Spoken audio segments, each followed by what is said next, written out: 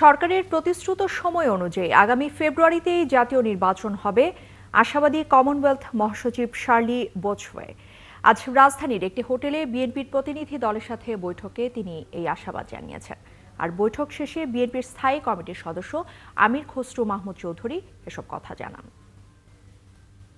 Complication নিয়ে তো আলোচনা হয়েছে স্বাভাবিকভাবে, সেটা তো আমরা বলেছি আমরা দেশের ঐক্যের স্বার্থে আমরা কোনো ছোটোখাটো বিষয় নিয়ে কিংবা এমন কোনো বিষয় যেগুলো স্বার্থে গণতন্ত্রের স্বার্থে আমরা অনেক কিছুকে উপেক্ষা করে নির্বাচনের দিকে এগিয়ে যাচ্ছে, কারণ সেটাই হচ্ছে আলটিমেট। কারণ নির্বাচন যদি না হয়, নির্বাচন সময় মতো না হয়, তাহলে তো অন্য কোনো কিছু দিয়ে আপনার দেশের সমাধান হবে না। একমাত্র সমাধান হচ্ছে নির্বাচনের মাধ্যমে একটা নির্বাচিত সরকার, নির্বাচিত সংসদ, যেই সংসদে বাংলাদেশের মানুষের প্রত্যাশা পূরণ হবে। এর বাইরে তো প্রত্যাশা পূরণ করার কোনো সুযোগ নাই।